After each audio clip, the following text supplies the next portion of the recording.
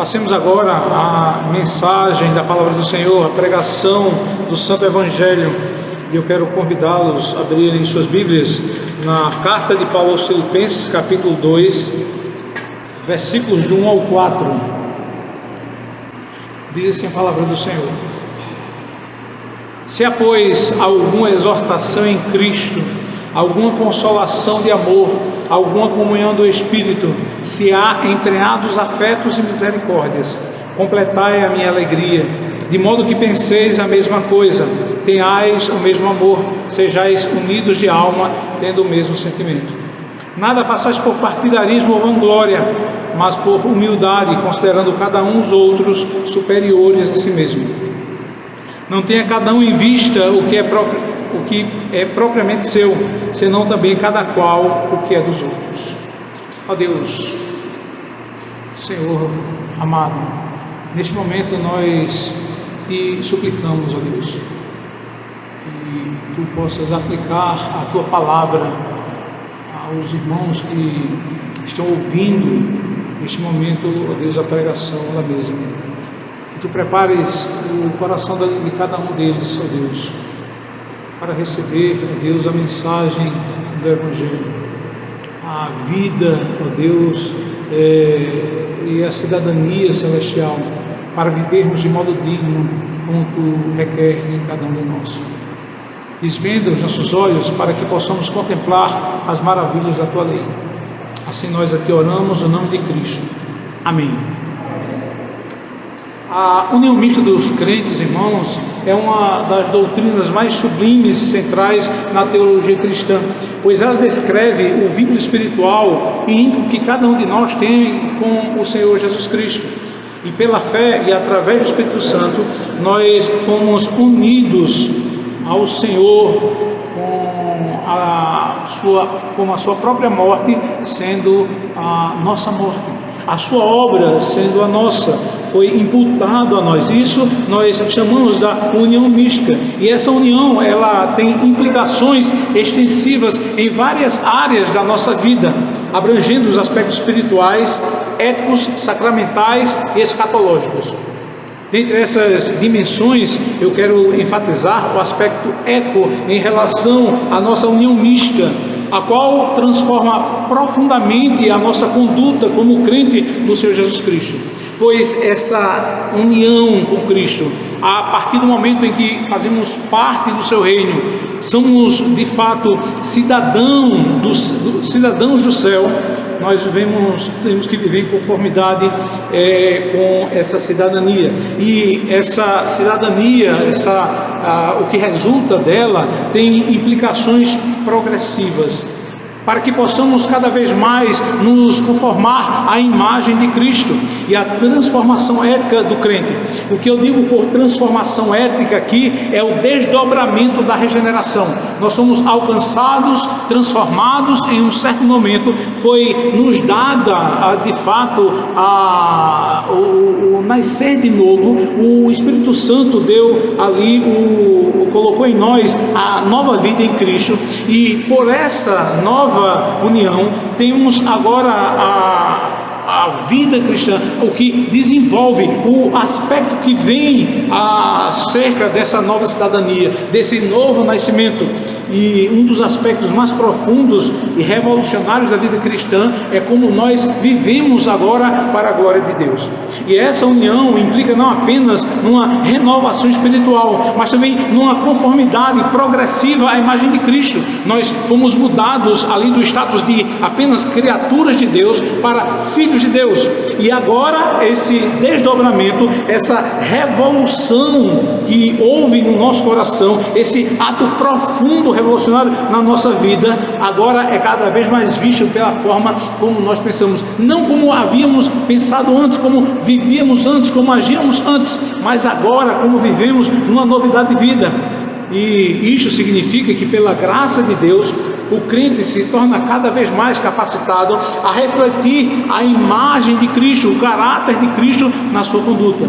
E a implicação dessa transformação encontra fundamentos nas Escrituras, fundamentos profundos na Palavra de Deus. E o texto em que temos esta tarde para a exposição em Filipenses capítulo 1, versos 1 ao 4, tem essa conotação. E eu quero aqui que você entenda que esse texto ele está dentro de um contexto mais amplo. Lembra que semana passada, na exposição de Filipenses capítulo 1, versos 27 ao verso 30, eu trouxe aqui a ideia da cidadania celestial, o cidadão dos céus e vivendo na cidade dos homens. E o apóstolo Paulo, ele traz essa ideia aqui desses dois reinos, inicialmente no capítulo 1, versos 27 ao 30, onde ele começa aqui o que chamamos de natureza epistolar. Veja, quando nós abrimos aqui a carta aos Filipenses, o capítulo 1, logo no início aí você vai ler Epístola de Paulo aos Filipenses. Em outro momento as pessoas dizem carta. Veja, o que chamamos de natureza epistolar é quando a epístola ela tem recomendações, ela tem exortações, ela tem direcionamento. E Paulo, no capítulo 1, versos 27 ao 30, ele introduz essa ideia de agora ele passar de um relacionamento pastoral para a prática. Ele está dizendo aqui nos versos 27 ao 30 que nós temos que viver acima de tudo por modo digno do Evangelho. Eu trouxe semana passada aqui essa palavra que significa viver, de como nós devemos pensar como um cidadão celestial. E hoje, no capítulo 2, versículos de 1 ao 4, o apóstolo Paulo, ele agora vai trazer quais são as implicações dessa cidadania. Se de fato nós somos cidadãos celestial, e assim como nós vivemos. E veja, aqui o apóstolo Paulo, nos versos 1 ao 4 do capítulo 2, ele vai relacionar a nossa união mística, o nosso relacionamento com o Senhor, a nossa cidadania celestial com a vida prática, mostrando que a nossa união espiritual com Cristo transforma radicalmente os nossos relacionamentos e a nossa conduta sob essa realidade que agora é completamente nova. Ele vem justamente trazer com grande perspicácia aqui, essa confrontação. Então Paulo, ele apela à unidade e à humildade, que são consequências diretas dessa conexão com Cristo, como nós vivemos. E aqui vamos meditar sobre a ética, ou seja, a prática do cidadão do céu. Nós vamos meditar sobre a ética do cidadão do céu, como é o nosso proceder, como é a nossa prática no nosso dia a dia, como é que isso se aplica. E veja, primeiro nos versos 1 e 2, o apóstolo Paulo ele vai nos mostrar qual é a consequência lógica da nossa união com Cristo. Perceba que Paulo ele tem uma maneira muito peculiar de argumentação. O apóstolo Paulo, ele era um homem versado nas letras, e a forma argumentativa como ele traz aqui esses 4 primeiros versículos para despertar ali nos seus primeiros ouvintes a intenção dele, dizendo: olha, vocês são crentes? São. E o que isso implica? Ele é muito perspicaz aqui, a forma como ele escreve é muito refinada, sofisticada. E por que eu digo isso? Veja, o apóstolo Paulo, ele usa uma estrutura argumentativa que é usada hoje, em nossos dias, na análise do discurso. É muito usado o que ele, como ele escreve aqui. Veja que ele traz uma estrutura aqui que chamamos de uma estrutura condicional. Ele utiliza aqui uma construção repetitiva, condicional repetitiva. Veja que ele vai dizer assim: se há.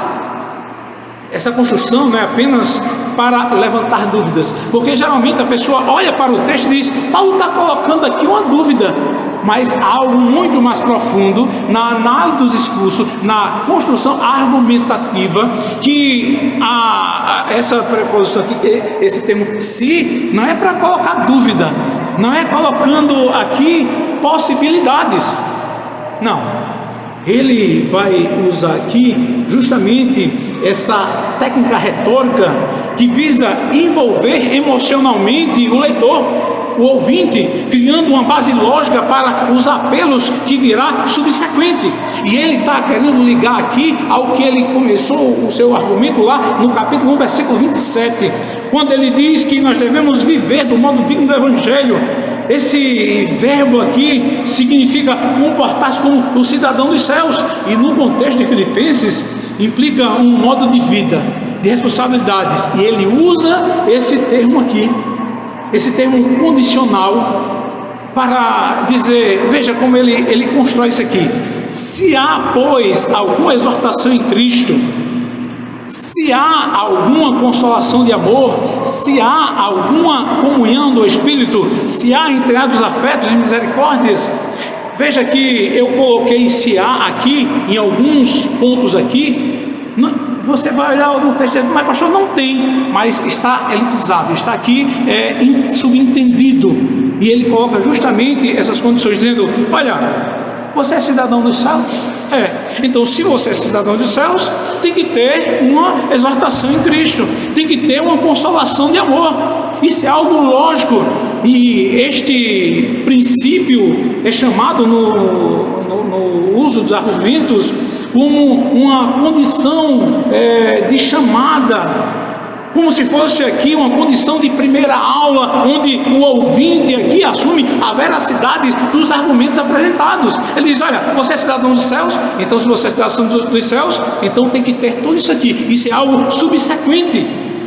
Então Paulo está dizendo essencialmente aqui, dizendo o seguinte: já que estamos lidando com cidadão dos céus, isso é algo que tem que estar presente na nossa prática, presente na nossa ética. Então aqui o resultado lógico que o apóstolo Paulo traz aqui, dizendo: se há, pois, alguma exortação, alguma consolação, alguma comunhão, entreados afetos e misericórdias, se há isso em vocês, se nós somos cidadãos do céu, logicamente isso faz parte agora da nossa natureza, da nossa essência, e é isso que Paulo quer justamente nos chamar a atenção. Então, o resultado lógico dessa argumentação de Paulo, dessa estrutura refinada do seu discurso, nos leva primeiramente a vermos o que significa exortação em Cristo. Esse termo, irmãos, é um termo que carrega a ideia de um encorajamento, dizendo que há exortações. Aqui está relacionado diretamente a Cristo, apontando para o consolo, a direção que derivam de uma união com Ele. Se há uma exortação, ou seja, entre nós temos que ser sinceros, temos que fazer as coisas com exortações quando necessário. A palavra aqui traz justamente essa ideia, essa argumentação, dizendo: há uma exortação em Cristo, uma afinidade com o Senhor, que ele continua dizendo que há uma consolação de amor. Essa palavra aqui implica um conforto suave e tranquilizador, enfatizando o amor como fonte do consolo. Então essa consolação de amor aqui é a forma, a motivação, a intensidade como nós falamos, nós nos direcionamos para com os irmãos, para com os outros. Nós não podemos ser do tipo sincerão, dizendo tudo, a verdade. Temos que dizer, não podemos deixar de dizer, mas nós temos que observar e colocar o filtro dessa consolação do amor. Além do mais, tem a comunhão do Espírito, que o termo aqui é koinonia, que destaca aqui a participação, a comunhão íntima proporcionada pelo Espírito Santo. O termo koinonia, que é tão usado em nossos dias no meio evangélico para dizer comunhão, mas ela tem uma carga semântica teológica mais profunda, que é uma comunhão que é proporcionada pelo Espírito Santo, que é uma experiência vital para uma igreja, uma comunidade que professa o nome do Senhor. E ele vai além, diz ainda, fala de entreados afetos e misericórdias. E aqui ele está se referindo às emoções mais profundas. Quando se trata aqui do termo entreados afetos e misericórdias, o termo aqui se refere a entranhas. Geralmente, quando nós lidamos com emoções, geralmente se diz que é o coração, né? Como se direcionando a parte emotiva, mas quando nós vamos olhar aqui os termos bíblicos, eles estão se referindo às entranhas. Quando nós temos qualquer emoção forte, uma notícia, o que é que primeiro vem a nós? Dá um frio na barriga, não é? Quando vamos fazer alguma prova, alguma coisa, dá aquele frio na barriga, não é? Como bem dizemos, Paulo está dizendo aqui, entranhados afetos e misericórdias. Então, esse apelo emocional que o apóstolo Paulo faz aqui, se de fato há entre nós, significa que temos compaixão, que amamos, que a nossa motivação, as nossas ações estão direcionadas com os mais entranhados afetos. Não é algo apenas externo, não é algo apenas para manter uma imagem externa. A nossa relação é por causa da nossa união com Cristo. E esse texto aqui, meus irmãos, ele tem como tema central a nossa união com Cristo, a união mística com Cristo. E a essa união que temos com Cristo, ela tem um desdobramento aplicativo, prático em nós, com relação às nossas os nossos relacionamentos, as nossas ações como igreja, com o próximo. É o que vemos lá dentro do nosso coração. Qual é de fato o desdobramento da nossa cidadania celestial, da nossa união com Cristo? E ele vai dizer aqui que nós temos que ter entreados afetos. Além disso, temos que ter misericórdias. Enquanto aqui o termo entreados afetos está se referindo às nossas emoções, nós temos que ver que o termo misericórdia está ligado diretamente a essas emoções. Porque compaixão, ou seja, misericórdia, é quando está ligado diretamente ao pecado, quando nós estamos vendo aqui a miséria do outro e nos colocando na mesma condição. A misericórdia. E aqui, quando nós transferimos o amor visceral para o amor terno, o amor que temos para com o próximo. Então o apóstolo Paulo, ele está tratando a igreja, ele está aprontando a mente do seu ouvinte, do seu leitor, para o que ele vem tratando logo após, de como nós nos comportarmos e agirmos como igreja, diferentemente do mundo fora ali do seu contexto, que era o Império Romano,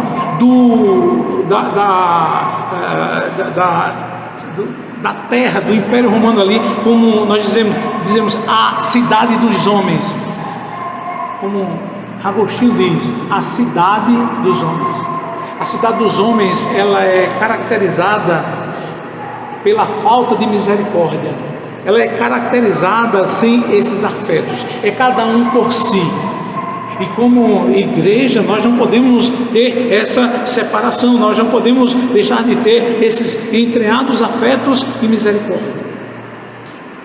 Então, nesse texto, dos versos 1 ao 2, Paulo busca promover ali primeiro o quebrantamento do coração, para que haja unidade e humildade entre os que professam o nome do Senhor, aqueles que fazem parte da cidade dos homens, que tem agora a sua cidadania celestial.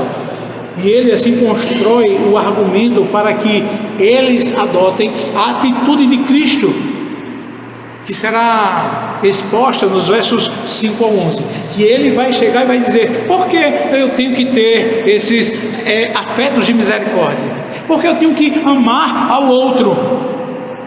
E o motivo pelo qual nós devemos amar os nossos irmãos, amar o próximo, não é por mérito dele, porque ele é legal comigo, porque ele é uma pessoa do bom viver, é aquele gentleman. Não. A base para nós termos comunhão, unidade e amar aos irmãos, ter entreados afetos e misericórdias, não está baseado no irmão ali, não está. Está baseado no que Cristo fez. E ele vai justamente aprontar o seu ouvinte, o seu leitor, para que ele tenha o mesmo sentimento de Cristo. Tanto é que no capítulo 2, versículo 5, ele começa dizendo: tende em vós o mesmo sentimento que também houve em Cristo Jesus. Cristo, ele não olhou para os seus direitos, ele não olhou para a sua glória. Ele vai dizer: pois ele, subsistindo em forma de Deus, não julgou como usurpação o ser igual a Deus. Ele se esvaziou. Ele vai aqui apelar para os ouvintes acerca do estado de humilhação de Cristo. Imagine, Cristo, o Criador de todas as coisas, o Criador perfeito, como estamos vendo pela manhã em Gênesis capítulo 1, o Criador poderoso, que apenas com a sua palavra trouxe tudo à existência, ele que fez tudo de forma perfeita, ele não usou com usurpação o ser igual a Deus, ele se esvaziou. E o princípio pelo qual nós devemos agir como cidadão dos céus é o mesmo sentimento que houve em Cristo. Essa base, e essa é a base, meus irmãos, porque agora nós temos essa união com Cristo. A vida de Cristo, as ações de Cristo devem nortear as nossas ações. E aí dá razão à existência, o motivo pelo qual nós devemos viver. Porque se nós olharmos em nossa volta e olharmos as nossas conquistas, olharmos toda a nossa vida e achar que ela é um fim em si mesmo, a vida perde o sentido. Não tem sentido de vivermos, não tem sentido de nos reunirmos como cristãos. E Paulo, no seu modo refinado de argumentação, ele vai dizer: se você é um cidadão do céu, automaticamente é verdadeiro também que as suas ações, a sua ética, a sua prática é condizente com o que eu quero trazer aqui nos versos 1 e 2. Paulo está confrontando o seu ouvinte acerca dessa realidade. Não é uma dúvida que Paulo traz. Ele está dizendo aqui que, fazendo esses questionamentos, como se fossem alguns questionamentos. Se há isso, então logicamente há aquilo outro. Se você é cidadão dos céus, automaticamente o modo de agir seu é dessa forma. E não é uma possibilidade. Nós não temos escolha de agir dessa forma ou não, porque o nosso agir, a forma como nós respondemos às nossas ações, elas que vão autenticar, elas que vão selar se temos evidências de um novo nascimento, se estamos em Cristo ou não. Isso é o carinho dado pelo próprio Deus. Então, o versículo 2, Paulo ele dá continuidade ao seu apelo apresentado aqui no versículo anterior, enfatizando a unidade da igreja como resposta às vitórias espirituais em Cristo. Nesse texto, no versículo 2, Paulo descreve os elementos necessários para que nossa cidadania celestial, que pulsa em nossa alma, seja levada agora às últimas consequências, utilizando aqui expressões que conectam o pensamento, o amor e o propósito daqueles que são peregrinos nessa terra. Veja que ele diz, como ele fala aqui: completai a minha alegria, de modo que penseis a mesma coisa, tenhais o mesmo amor, sejais unidos de alma, tendo o mesmo sentimento. Então aqui trata-se de um chamado a uma harmonia profunda que reflete o caráter de Cristo. Por isso a doutrina da nossa união com Cristo, ela é tão sublime e elementar para nós como crentes no Senhor Jesus Cristo. E Paulo, mais uma vez, ele usa uma estrutura retórica. Ele usa aqui os verbos no imperativo de exortação, para motivar os crentes a agir de forma específica. Veja que ele inicia aqui no verso 2: completai a minha alegria. Aqui ele estabelece o propósito emocional de seu pedido, ou seja, qual o pedido que Paulo faz aqui? A unidade da igreja. É o que traz satisfação para o pastor Paulo, para o apóstolo Paulo. Completai a minha alegria. E aqui, completar a alegria, irmãos, tem como desdobramento pensar, amar, unir. E aqui detalha essa unidade que deve ser alcançada pela igreja, pelo povo de Deus. Ele diz: completai a minha alegria, se há tudo isso entre vós. E aqui, completai a minha alegria, sugere algo que já está em andamento. Não é algo que precisa ser dado início. É justamente quando se fala da Ordo Salucis, ou a ordem da salvação. O Senhor, Ele nos elegeu antes da fundação do mundo. Ele levou alguém a pregar o Evangelho para nós, que é de maneira geral, mas de maneira eficaz, o chamado eficaz, ele aplicou essa palavra ao nosso coração. E ao nos chamar eficazmente, vem o desdobramento disso, arrependimento, fé, santificação. E é justamente a santificação que é esse processo em andamento. Por isso que a alegria de Paulo aqui está enraizada na conformidade, na maturidade dos filipenses. E que seria totalizado isso na sua unidade.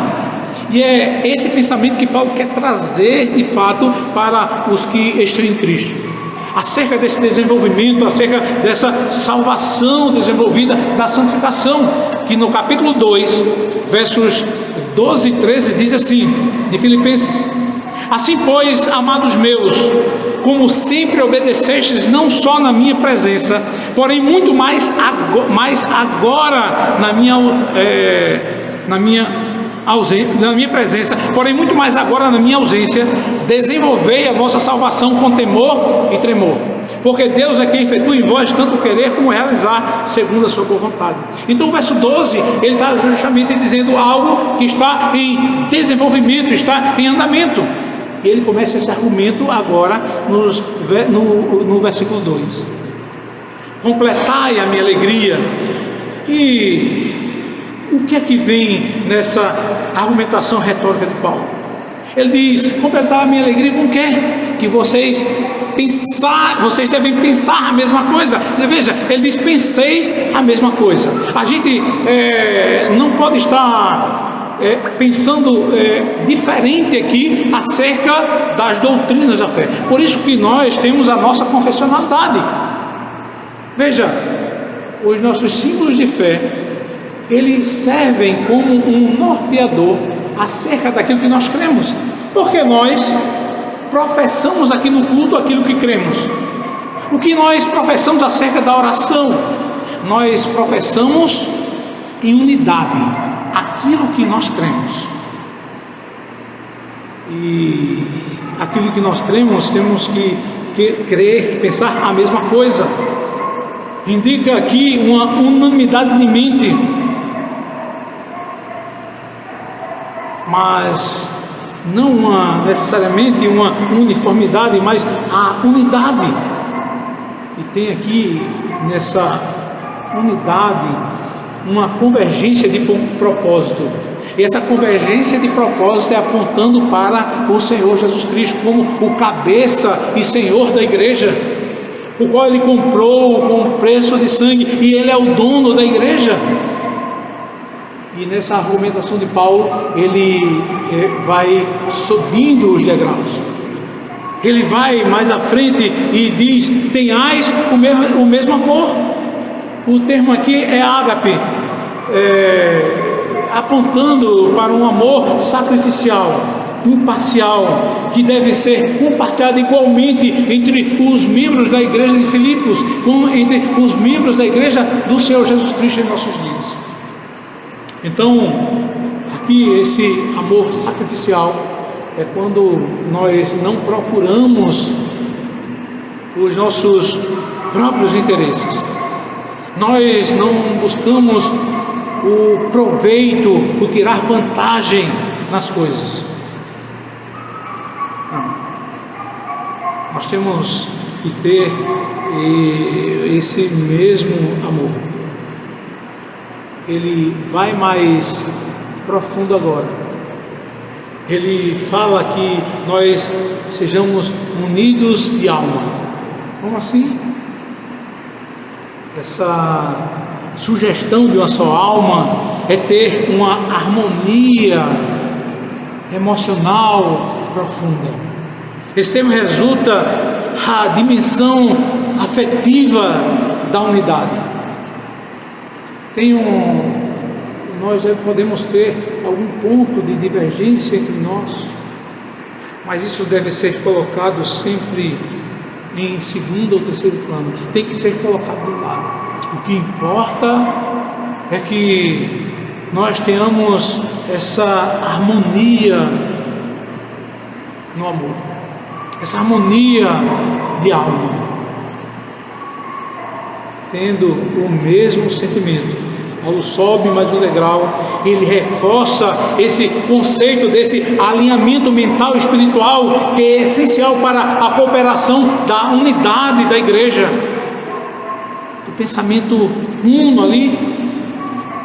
Então, esse versículo, ele está diretamente ligado ao caráter epistolar que Paulo começa lá no capítulo 1, versículo 27. E ele serve aqui como um desenvolvimento do apelo de Paulo em relação à nova cidadania, que deve resultar em atitudes práticas entre nós crentes. Veja, irmãos, aqui eu quero lhe chamar a atenção. Quando você for agir, você tem que tomar decisões, você tem que, antes de mais nada, dizer qual é o parâmetro, os critérios que eu devo tomar essas decisões, que eu devo agir dessa forma. Lembre-se, você é um cidadão do céu, vivendo na cidade dos homens, e o seu proceder é de acordo com a sua cidadania principal, da onde você tem a origem principal, que é a cidadania do reino dos céus. E essa atitude prática, a ética cristã, ela é fruto, é reflexo da nossa cidadania celestial. Não pode desassociar isso. Isso tem que ser repetido várias vezes para nós. Nós temos que meditar muito sobre isso, porque nós somos muitas vezes envolvidos com o meio em que estamos. Nós temos influências do meio sem que nós percebamos muitas vezes. E quando andamos desapercebidos, nós damos muitas vezes ouvidos ao que o mundo fala acerca de tudo na nossa vida, de todas as coisas muitas vezes na nossa vida. Somos cristãos, mas muitas vezes somos influenciados pelo nosso meio. E um exemplo disto, de que os crentes podem ser influenciados pelo meio, é Ló, o sobrinho de Abraão. Quando chegaram lá na casa dele, os homens ali, os anjos do Senhor ali, visitou ali, aí ele entrou e veio os homens da cidade, e Ló tomou a frente e disse: olha, vocês podem fazer o que quiser comigo e com minha família, mas não toquem nesses homens. Parece algo de fato que é muito espiritual, mas ele não poderia fazer isso. Ele teria que ser o protetor da sua família.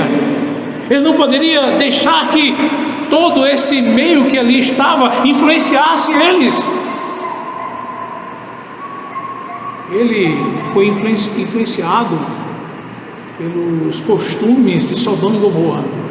Eles podem abusar da minha esposa, das minhas filhas, algo horrendo.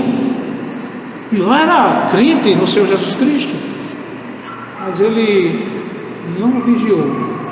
Ele não teve essa percepção de combater a cultura, de combater os procedimentos que o mundo ali estavam querendo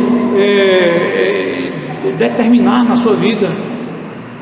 Temos que estar alerta, porque isso tem consequências drásticas. Por que isso tem consequências drásticas? Vamos ver na exposição lá em Gênesis, mas eu vou aqui, antes de mais nada, trazer aqui o que foi que teve como consequência a desatenção de Ló. As filhas dele o embriagou 2 vezes e teve ali relações com o próprio pai. As filhas dele disse: ora, isso é muito natural, meu pai também faz.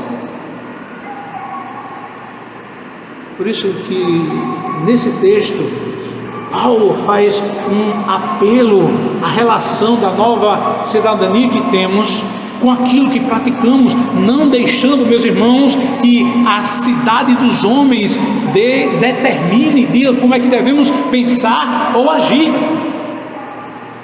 Por isso que devemos viver de modo digno, acima de tudo, por modo digno do Evangelho de Cristo. Então a igreja em Filipos era uma igreja diversificada, composta por pessoas de diferentes origens culturais e sociais. E essa diversidade, embora rica, também trouxe desafios à unidade. Porque as pessoas, quando se juntam à igreja, muitas vezes vêm de qualquer forma, traz suas convicções e entendimento de fé, de religião. Quando nos nossos dias tem muitas pessoas que estão pela internet ouvindo pastores que são presbiterianos, estão procurando igrejas que são reformadas e procuram a igreja presbiteriana do Brasil. Mas essas pessoas vêm de igrejas que têm uma eclesiologia completamente pentecostal ou neopentecostal. Elas entendem acerca da doutrina da salvação, a soteriologia, mas elas querem entender a soteriologia, mas a forma de governo e outras várias doutrinas elas querem impor como a igreja presbiteriana deve viver e ser, principalmente na doutrina da igreja. O nosso sistema de governo, por exemplo, ele é presbiteriano, representativo, e as pessoas que vêm dessas igrejas pentecostais, na grande maioria, são episcopais. Eles querem determinar, ou seja, um só determina como tudo deve acontecer. E aí há um conflito, há um problema a ser resolvido dentro da própria igreja. E Paulo, ele nesse contexto aqui da igreja de Filipos, ele vai dizer que embora essa diversidade seja rica, ela traz desafios à unidade e devemos estar alerta quanto a isso aí. E ele enfatiza que a verdadeira unidade deve ser baseada em Cristo. não em uma uniformidade cultural ou pessoal. Quem deve nortear e determinar todas as coisas da igreja é Cristo. Qual é a forma de nós pensarmos quanto à oração, quanto ao culto? Como é que nós pensamos? Quem deve determinar como deve ser o culto? É o próprio Deus. Não é uma questão de cultura, porque em uma conversa certa vez com um irmão em Cristo, ele dizia: Fábio, você é muito radical com relação ao culto. Olha, as pessoas devem adorar a Deus de acordo com a sua cultura. Olha, o Brasil, ele é esse país aqui, nós devemos, você sabe como é a nossa cultura, devemos adorar como o nosso país. Mas quando você chega na África, você vê o povo, ele dança e canta ali, eles devem fazer isso no culto porque é para o Senhor. Eu digo: não, a cultura não é quem determina, e não somos nós que determinamos o que deve ter no culto, é o próprio Deus, não é o que nós queremos. E eu estou tratando e trazendo esse exemplo aqui de culto, mas isso envolve todas as áreas da nossa vida. E o apóstolo Paulo está querendo trazer justamente esse princípio e esse argumento para a igreja de Filipos. Então o propósito de Paulo, ele é pastoral e espiritual. Ele deseja que a unidade da igreja, ele glorifique a Deus e fortaleça o testemunho cristão entre os que estão ali naquela cidade. As pessoas vão olhar e vão perguntar, dizer: mas por que vocês cultuam dessa forma? Porque no dia de domingo, vou usar um exemplo bem perto de nós, dia de domingo, vocês locam aqui essa chácara, e alocar a chácara, vocês não usufruem da piscina. Que coisa louca! Porque vocês, que pecado há em tomar um banho de piscina e se divertir, se recrear, não é? Isso é um testemunho, meus irmãos. As pessoas perguntam, vão questionar, dizer: por quê? Aí nós vamos dizer em que nós cremos. E por quê? Aliás, em que cremos? É porque o domingo é o dia do Senhor. Esse dia é reservado para adoração pública, particular, para a comunhão também, de estarmos juntos, de ter o privilégio que estamos tendo aqui esses dias, esses domingos, de passarmos juntos esse dia. Isso é um testemunho cristão. Isso é proclamar a nossa fé, dar razão da esperança que há em nós. Então o apóstolo Paulo, ele segue adiante e ele muda a forma da construção do seu argumento. Ele usa agora o meio dos contrastes, chamamos de contrastes retóricos, onde ele utiliza uma construção negativa seguida de uma construção positiva. Veja, quando o verso 3, ele vai aqui falar acerca do contraste, que é o segundo ponto aqui desse texto, onde ele utiliza justamente desse contraste, quando ele diz assim: nada façais por partidarismo ou vanglória. Aí ele usa aqui o termo adversativo, mas ele vai dizer: mas por humildade, considerando cada um superiores a si mesmo. Então ele usa esse contraste como uma ferramenta retórica, a qual essa ferramenta ela é eficaz e serve para orientar os ouvintes de práticas destrutivas para atitudes edificantes. Ele diz: olha, não faça isso, mas faça aquilo.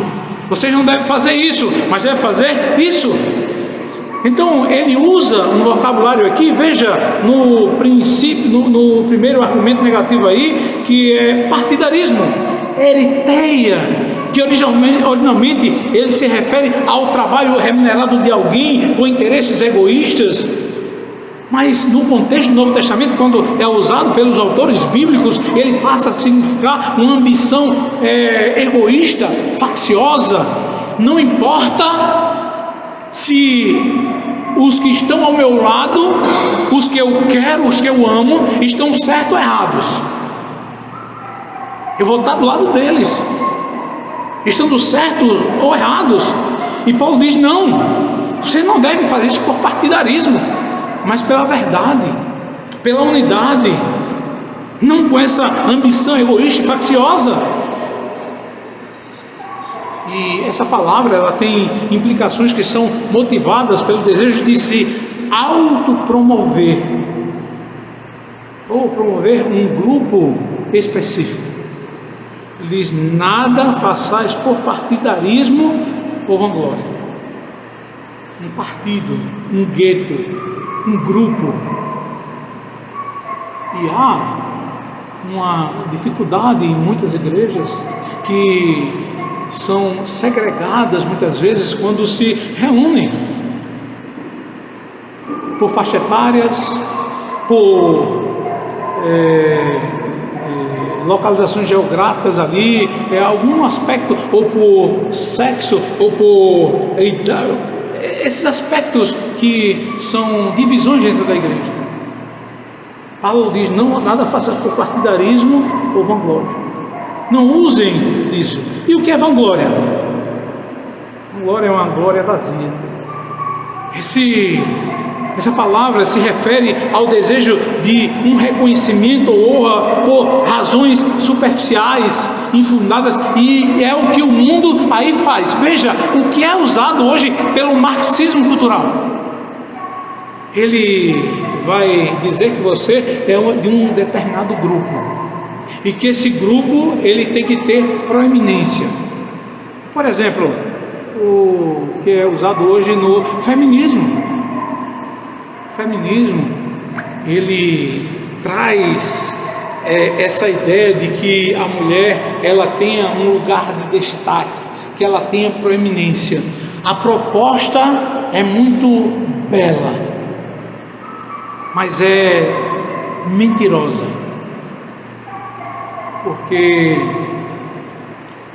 nada mais é essa proposta do que escravizar muitas mulheres. Quando diz: olha, você não pode ser submissa ao seu esposo, mas ela diz com todas as letras que ela tem que trabalhar, e lá no trabalho ela tem que ser submissa ao seu chefe. Ora, claro que temos que ser submissos às autoridades na empresa, onde trabalhamos também. Nem quero dizer que as mulheres não podem e não devem trabalhar, não é isto, mas é o que a proposta falaciosa que o mundo traz para as mulheres. O feminismo é isto, e traz essa ideia de glória vazia. Óbvio que dentro da igreja não tem isso numa proporção tão radical quanto é o mundo, mas nós muitas vezes temos esse pensamento, essa glória, essa vanglória em nosso coração, de ser o centro das atenções, de estar com as luzes da ribalta sobre nós. Veja que tem muitos cultos hoje que as cadeiras estão no escuro e o palco, porque aquilo não é um púlpito, é um palco, está centralizado lá no pregador, no coach, seja lá o que for. Isso é uma glória vazia. Isso é ter ali o centro, a glória vã, passageira. Aí Paulo disse: olha, você não pode fazer nada disso, não façais nada por partidarismo ou vanglória. Mas ele tem que, veja, Paulo não apenas ele destrói aquilo que é negativo, ele constrói algo para que o nosso coração seja preenchido. Ele vai usar o termo aqui, humildade. O que é humildade?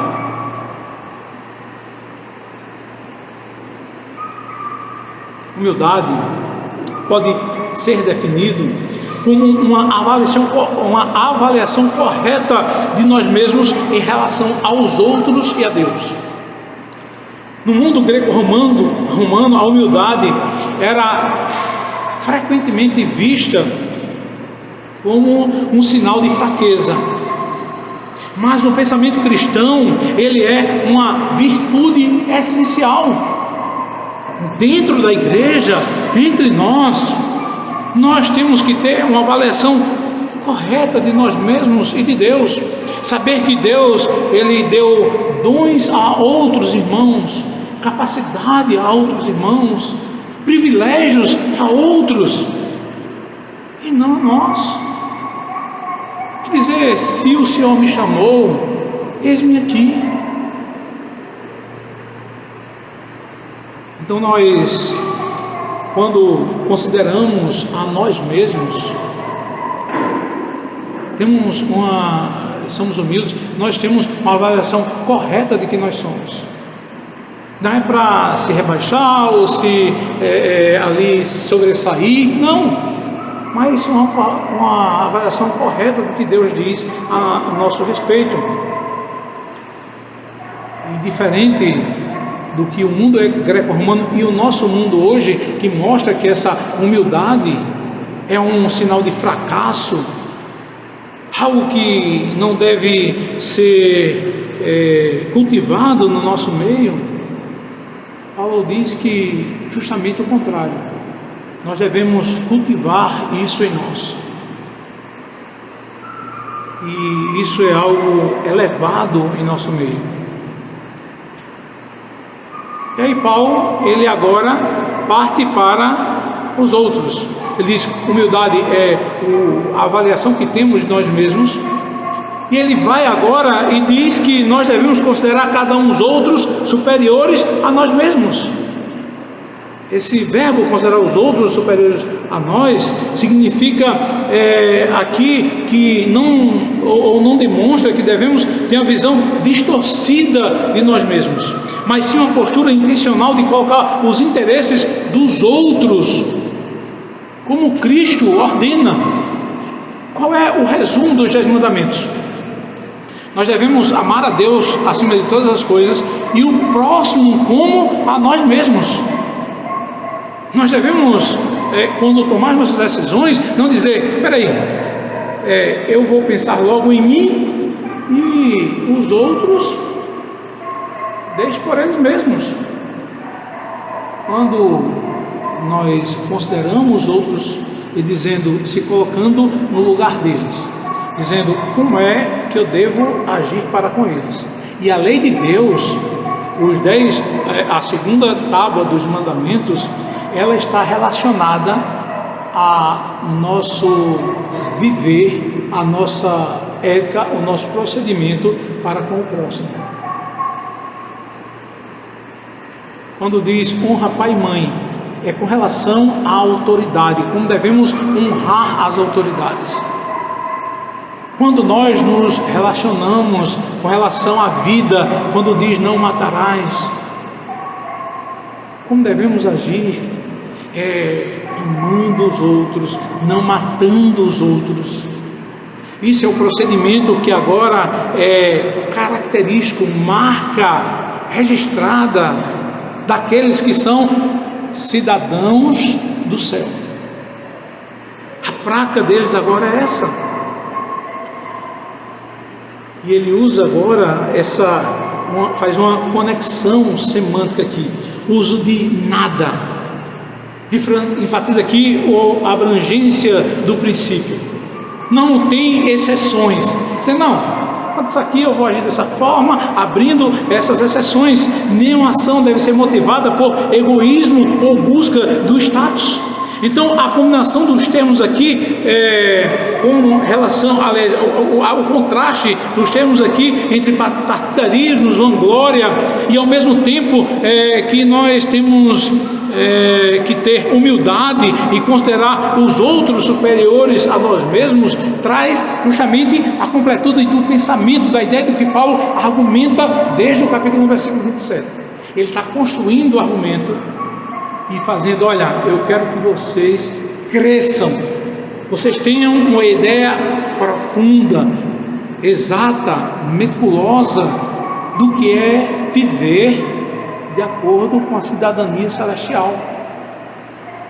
A carta magna da cidadania celestial é a palavra de Deus.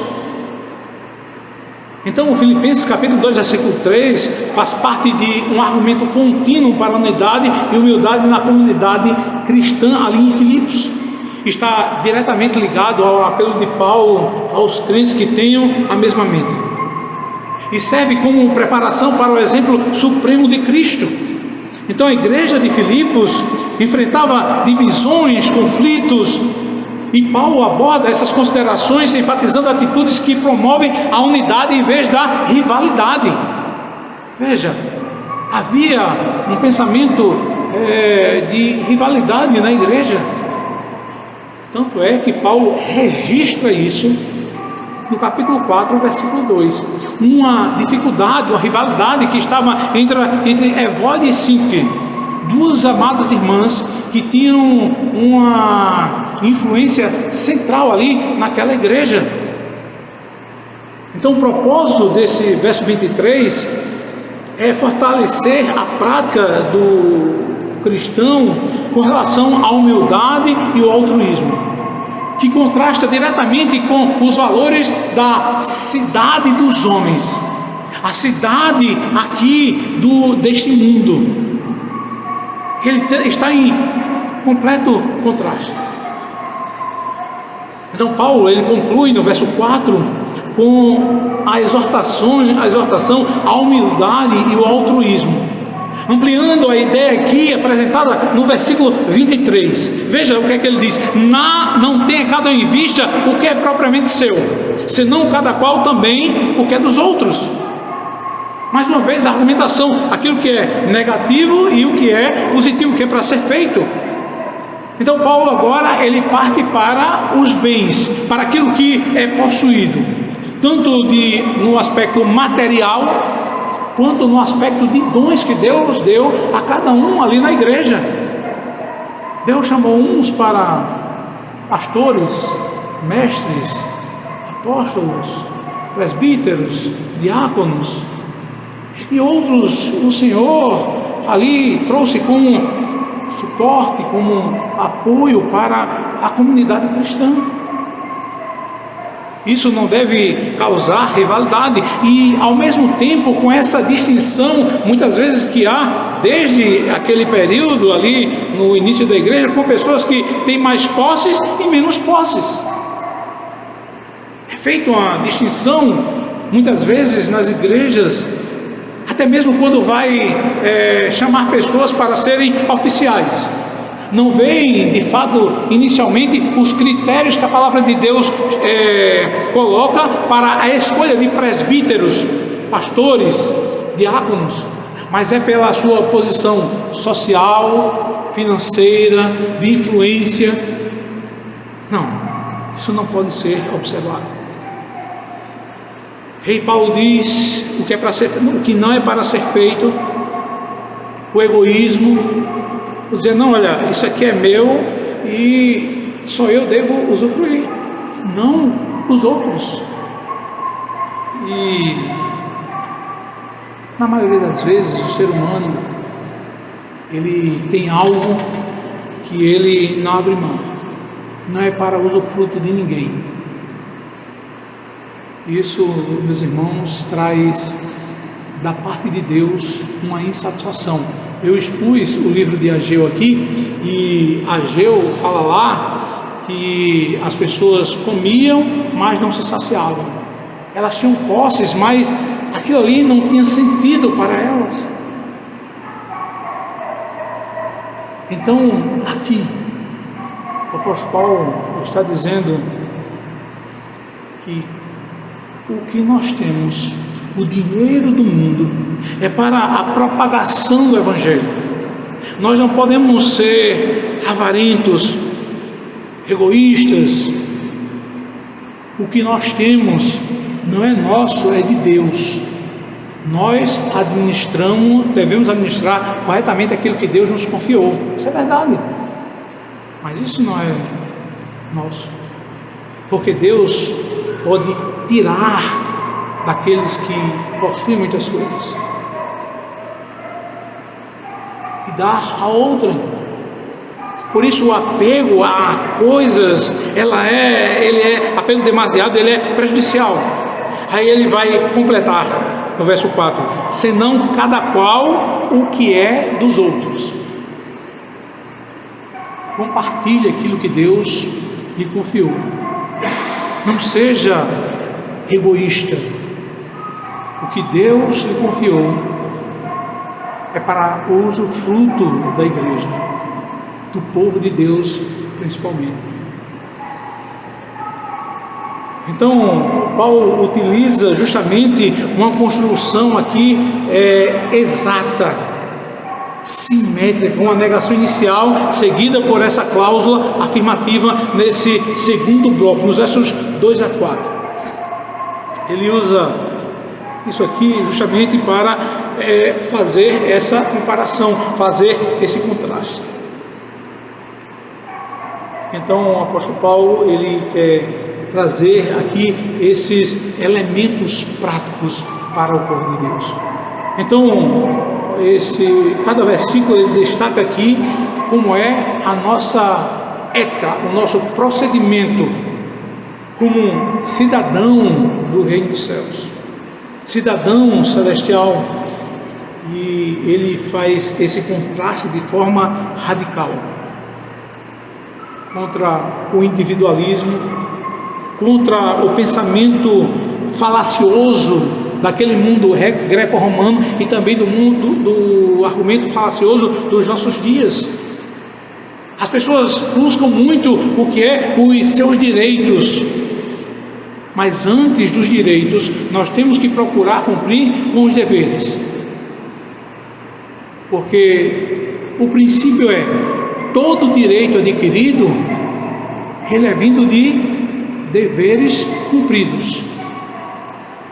Veja, isso é observado em todas as esferas e está ligado ao quinto mandamento, porque tem o princípio da observância às autoridades, os deveres que elas trouxeram e impõem, para que a partir desses deveres temos os nossos direitos. Um exemplo básico para nós é que hoje em dia os filhos,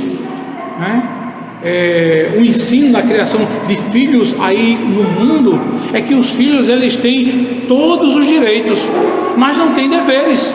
Eu estou dizendo com o mundo porque o estatuto da criança e do adolescente é interpretado como se os pais não tivessem autoridade, poder sobre os filhos. Os filhos muitas vezes dizem: olha, eu já ouvi, assim, alguns vídeos na internet, esses memes, que os pais eles estão submissos aos filhos a ponto de não poder exortar, dizer que está errado. Quando eles cometem erros, ter o direito e a autoridade e o poder de discipliná-los. Há uma inversão de valores, e é justamente isso aqui, meus irmãos, que tem esse princípio desse equilíbrio. O interesse dos outros é igual a amor. Amor não se cobra, amor se dá. Como assim?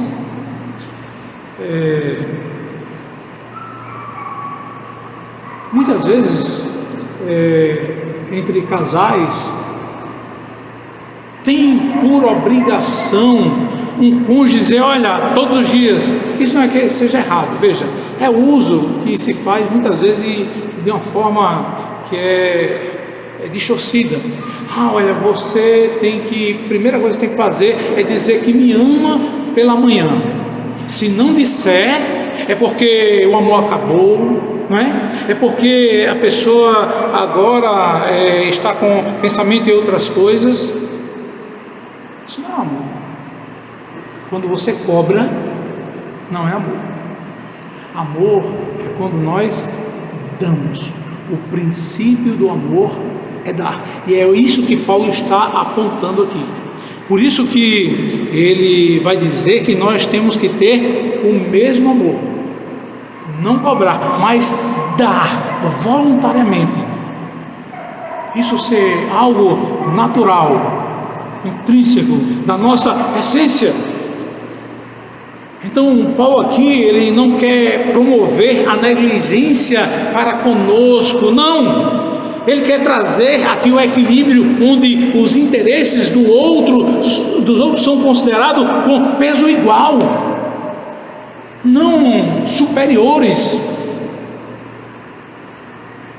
Então, esse verso, ele encoraja a nós como cidadão do reino do céu, a avaliarmos as nossas prioridades, as nossas ações, buscando formas concretas de ser justo, de ser equilibrado com as Sagradas Escrituras.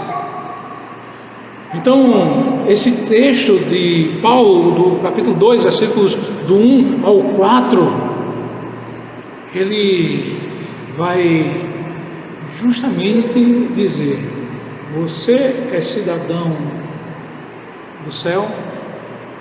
Se é, então o que se espera de você é que você tenha uma exortação em Cristo, uma consolação de amor, comunhão do Espírito, entreados afetos e misericórdias, de modo que a alegria seja completa, em unidade, pensando a mesma coisa, unidos de alma, tendo o mesmo sentimento, não fazendo por partidarismo, ou seja, por alguém que temos preferência, ou nós mesmos, ou por vanglória, uma glória vã, não. Temos que ter em vista o que é propriamente nosso. Temos que entender que Deus confiou coisas para que nós possamos administrar. No entanto, nós devemos entender que tudo que nós temos é para usufruto também do nosso próximo. Não sermos egoístas, não ser apegados a esse mundo, a cidade dos homens. Nós estamos usufruindo do que é da cidade dos homens, mas com o coração no céu. Então, a ética do cidadão celestial parte de práticas, ações concretas que são baseadas no que Deus determina, em sua palavra, não num gosto pessoal ou da influência do nosso meio. Que o Senhor nos abençoe como povo de Deus a vivermos essa cidadania de forma prática, que parta de um coração cheio das coisas celestiais. Que Deus nos abençoe em nome de Cristo. Amém.